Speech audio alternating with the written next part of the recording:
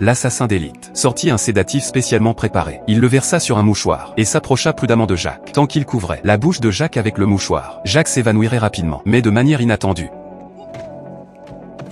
Complètement inconscient, Jacques réussit à échapper une nouvelle fois au danger. 2 heures plus tard, l'assassin se réveilla enfin. Furieux, il repoussa les pneus, préparant à poursuivre Jacques et à mettre en œuvre son plan de secours. Mais au même moment, il fit accidentellement déclencher le mécanisme de son poignard. L'assassin d'élite tomba sur place. Lorsque le général apprit que la mission avait échoué, encore une fois, il réalisa à quel point la situation était grave. N'ayant plus d'autre choix, il décida de faire exploser Jacques. Jacques ne vérifie jamais son rétroviseur en conduisant. Il ne savait pas que cette habitude allait lui coûter la vie. Saisissant l'opportunité, le bombardier appuya sur l'accélérateur et fonça. Il fixa une bombe à retardement à la porte de la voiture et partit rapidement. Pendant ce temps, Jacques restait complètement inconscient que la mort était déjà arrivée. À ce moment-là, il restait 1 minute sur le compte à rebours et 10 secondes passèrent rapidement. Jacques n'avait plus que 50 secondes à vivre. Mais de manière inattendue, une guêpe entra soudainement dans la cabine du conducteur. Jacques agita frénétiquement les mains, essayant de la chasser. Mais peu importe ce qu'il faisait, elle ne partait pas. À mesure que le compte à rebours de la bombe approchait, la guêpe obstinée ne tarda pas à enrager Jacques. Quand il ne restait que 30 secondes, la guêpe devint soudainement encore plus agressive. Puis sans avertissement,